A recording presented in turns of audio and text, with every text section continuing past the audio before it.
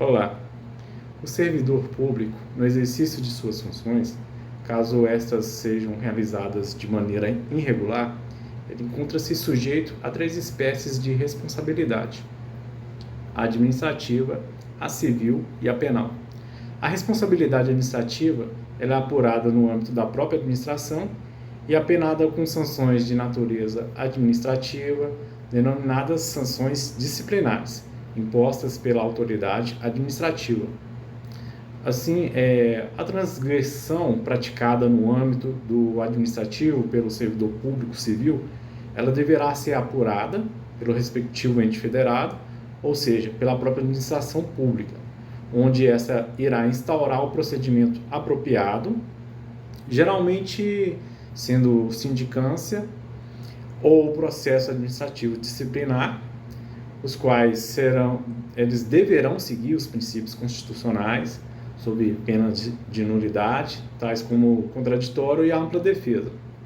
Comprovada a infração disciplinar pela própria administração pública, em processo regular, será possível a aplicação de sanções previstas no artigo 127 do Estatuto Funcional, que são a advertência, a suspensão, a demissão, a cassação de aposentadoria ou disponibilidade, destituição de cargo em comissão ou destituição de função comissionada, em conformidade com a gravidade, igualmente a natureza da infração, em tese cometida, e os danos que a mesma causou. Ademais, as infrações existentes no direito administrativo, elas são previstas de forma diferente da maneira como são explicitadas no direito penal, posto que neste os ilícitos estão dispostos de maneira objetiva, já naquele, as infrações elas são mais genéricas, dispondo, por exemplo, de não cumprir com os deveres, dando margem para interpretações. Podemos citar dois exemplos de responsabilidade administrativa. O primeiro exemplo é o uso indevido de recursos públicos. Imagine um servidor público que desvia recursos destinados a um projeto de assistência social para benefício próprio. Neste caso, ele estaria agindo em desacordo com os princípios da legalidade e da moralidade administrativa, sujeitando-se a medidas disciplinares como a advertência, suspensão ou até mesmo a demissão. Já no exemplo 2, podemos falar sobre a violação de sigilo profissional. Suponha que um servidor público divulgue informações confidenciais sobre o processo em que ele está envolvido. Essa conduta caracterizaria uma quebra do dever do sigilo profissional e poderia ensejar em sanções disciplinares.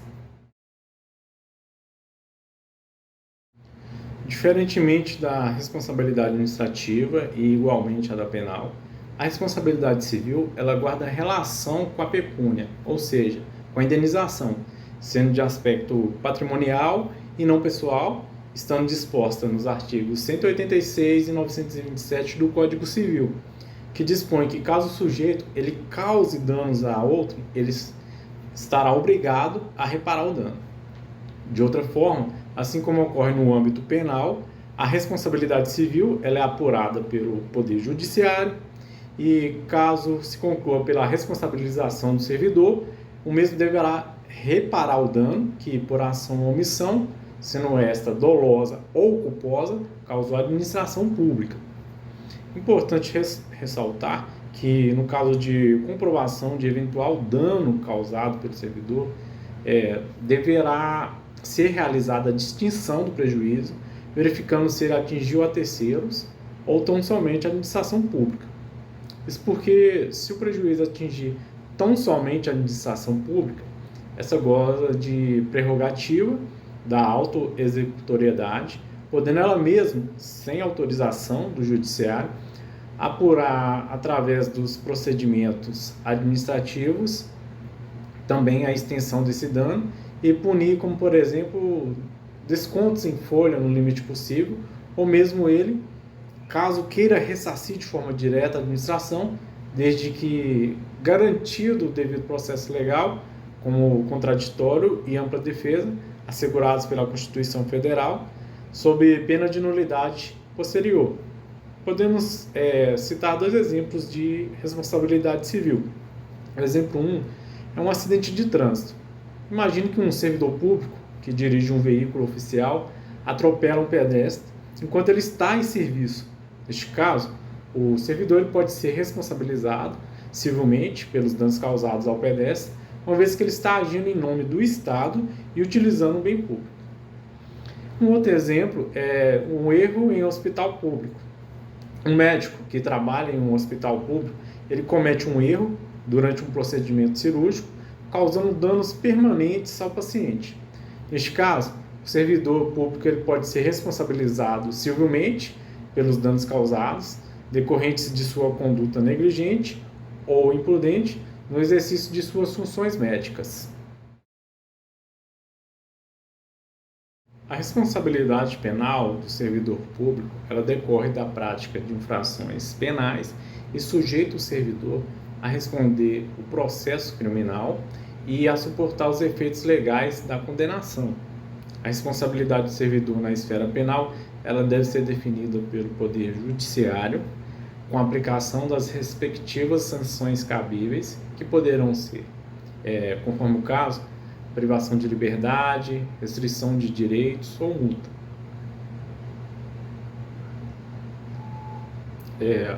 Para fins penais, o conceito de servidor público ele é mais amplo e, de acordo com o artigo 327 do Código Penal, ele considera o funcionário público quem, embora transitoriamente ou sem remuneração, exerce cargo, emprego ou função pública.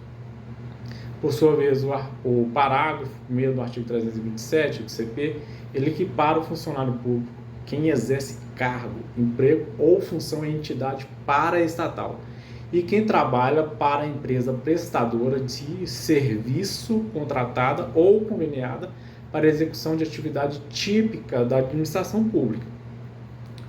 Os principais crimes funcionais contra a administração pública, eles estão tipificados nos artigos 312 a 326, bem como nos artigos 359A e 359H do Código Penal, cujas sanções variam de acordo com o grau de lesividade aos princípios e interesses administrativos e são processados mediante ação penal pública incondicionada, proposta pelo Ministério Público, perante o Poder Judiciário.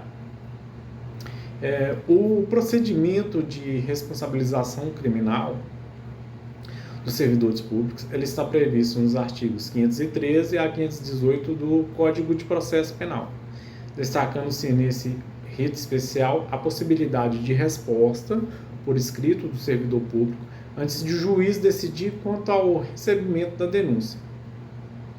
Recebida a denúncia pelo juiz, o processo seguirá seu curso pelo rito ordinário. Quanto à infração disciplinar, estiver capitulada como crime, o respectivo processo deverá ser remetido ao Ministério Público para instauração da ação penal cabível, conforme o artigo 154 da Lei 8.112. Recomenda-se que a remessa do processo disciplinar ao Ministério Público Federal ela ocorra após a sua conclusão, em decorrência da observância dos princípios da legalidade, do devido processo legal e da presunção de inocência. Não obstante, o processo disciplinar ele pode ser encaminhado pela comissão disciplinar a qualquer momento à autoridade instauradora, para que esta, se ela entender que for cabível, e o caso assim o exigir, ela remete cópia ao Ministério Público Federal no curso do processo, sem prejuízo do andamento dos trabalhos da comissão. Podemos citar dois exemplos de responsabilidade penal. Primeiro é o crime de peculato cometido pelo servidor público e o exemplo 2 é o crime de abuso de autoridade também cometido pelo servidor público. Nos crimes praticados com abuso de poder ou violação de dever para com a administração pública, se a pena aplicada ao servidor for a privação de liberdade por tempo igual ou superior a 1 ano, um dos efeitos possíveis da condenação é a perda do cargo, função pública ou mandato eletivo. Caso haja a condenação com a aplicação de pena de privação de liberdade por crime que não tenha conexão com a sua função pública, duas hipóteses de penalização podem ocorrer. A primeira é, se a pena imputada ela for por tempo inferior a 4 anos, o servidor ele ficará afastado de seu cargo ou função, perdendo seu vencimento, sendo devido a seus familiares o auxílio reclusão, conforme dispõe o artigo 229 da Lei 8.112. Agora, se a pena for superior a 4 anos, o servidor ele poderá perder o cargo, a função pública ou mandato eletivo, de acordo com o artigo 92 do Código Penal. Segue a transcrição do aludido artigo 92. São também efeitos da condenação: inciso 1, a perda de cargo, função pública ou mandato eletivo. E quanto aplicada a pena privativa de liberdade por tempo igual ou superior a 1 ano, nos crimes praticados com abuso de poder ou violação de dever para com a administração pública. B. Quando for aplicada a pena privativa de liberdade por tempo superior a 4 anos nos demais casos.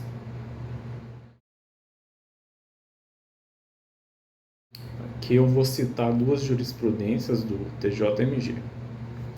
A primeira jurisprudência traz uma ementa sobre a apelação criminal de delitos de falsidade ideológica e prevaricação, que foi absolvida em primeira instância. Não foi constatado que o acusado lançou informação falsa em documento juridicamente relevante, pois, limitada à declaração formalizada à fiscalização interna do comportamento dos presos, não teve ligação com a atitude dos detentos em meio aberto, então não há como acolher a acusação de falso ideológico. E segundo, se o servidor público ele não se encontrava no exercício de suas funções quando constatado o eventual descumprimento por parte dos presos das condições do trabalho externo, afasta-se a imputação de prevaricação, no que tange ao dever de comunicar o fato às autoridades competentes. Teve-se o recurso improvido, a apelação criminal número 1.0071.17.00.316, da comarca de Boa Esperança, e apelante foi o Ministério Público do Estado de Minas Gerais, o apelado foi o Heloísio de Lara Filho. No acórdão, a segunda Câmara Criminal do Tribunal de Justiça do Estado de Minas Gerais, na conformidade na ata dos julgamentos, ele negou o provimento ao recurso, tendo como relatora Beatriz Pinheiro Caires. A segunda jurisprudência é uma ementa de apelação criminal sobre a violação de sigilo funcional qualificada e denunciação caluniosa, os artigos 325, parágrafo 2º e o 339, ambos do Código Penal, que diz que se a conduta do acusado não deu causa à instauração do inquérito policial e investigação criminal, ou sequer ensejou em excesso em procedimento já iniciado, não há de se falar em prática de crime de denunciação caluniosa, pela ausência do elemento objetivo do tipo. Comprovado nos autos que o acusado ele não teve acesso às investigações oficiais e, portanto, ele não revelou o fato verdadeiro do qual teve ciência em razão do cargo que ele ocupava e que devia permanecer em segredo, impõe-se a manutenção da absolvição imposta no juízo, a cor. A apelação criminal número 1.0261.19.00.345, da comarca de Formiga. O apelante é o Ministério Público do Estado de Minas Gerais. O apelado é o Valdomir Juliano da Silva Pereira. No acórdão, a sexta Câmara Criminal do Tribunal de Justiça do Estado de Minas Gerais, na conformidade da ata dos julgamentos, ela negou o provimento do recurso, tendo como relator a Paula Cunha e Silva. Demasiadamente, o único ato feito pelo servidor público, ele poderá estar enquadrado não só como uma infração disciplinar, a qual seja a responsabilidade administrativa, mas também ser passível de responsabilização na esfera civil e igualmente ser tipificado como crime, acarretando a responsabilidade penal. Ou seja, um único ato ele pode ter três possíveis consequências, posto que elas possuem naturezas distintas, não acarretando no bis in idem. Assim, poderá o sujeito ser condenado na esfera criminal e absolvido administrativamente e civilmente, ou condenado no âmbito administrativo e condenado no criminal e no civil, dentre diversas outras possibilidades, fundamentado no princípio da independência e autonomia entre as instâncias. Muitas controvérsias sobre a correlação entre as instâncias decisórias distintas, elas acabam sendo analisadas pelo judiciário, o que levou o Supremo Tribunal de Justiça, o STJ, a adotar posições importantes em diversos desses debates. Nós podemos destacar duas. A primeira, a indenização civil, ela pode ser fundamentada em condenação criminal sem trânsito em julgado. A terceira turma do STJ, ela decidiu que o reconhecimento da prática de um crime e a identificação do seu autor em sentença penal ou condenatória, ainda que o processo não tenha transitado em julgado, pode fundamentar a condenação em ação civil de reparação. Já a segunda fala que o Código Civil assegura que a prescrição ela não começa a fluir antes do fim da ação penal. Em 2022, ao julgar um recurso especial em segredo de justiça, a terceira turma ela reafirmou o entendimento de que a ação civil, se originar de fato que deva ser apurado no juízo criminal, o Código Civil assegura que não ocorrerá a prescrição antes da respectiva sentença definitiva, dependente do resultado da ação na esfera penal. O servidor público, caso haja de maneira contrária ao ordenamento jurídico, ele está sujeito à responsabilização pela prática de seus atos. Ocorre que o servidor ele é passível não somente de punição no âmbito administrativo, mas também ele sofre sanções na esfera civil e na criminal, a depender do ilícito que ele cometeu. Por regra, essas três esferas elas são independentes e autônomas entre si, e não há interferência de uma na decisão da outra, mas o próprio ordenamento jurídico ele excepciona tal regramento, possibilitando que a sentença penal ela produza reflexos nas demais instâncias, mas deverá analisar qual foi a motivação da sentença para realizar a viabilidade dos reflexos, e ocorre que não há um dispositivo que verse sobre a suspensão dos processos em outras esferas.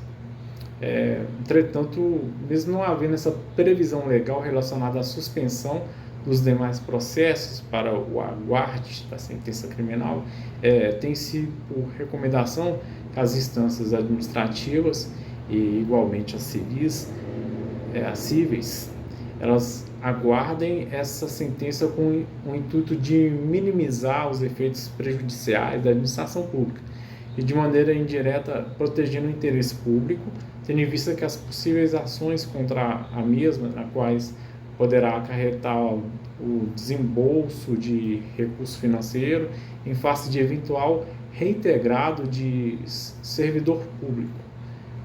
Portanto, mesmo havendo o princípio da independência e autonomia entre as instâncias, por precaução, seria o mais viável aguardar o desfecho da esfera penal, evitando os possíveis reflexos inesperados.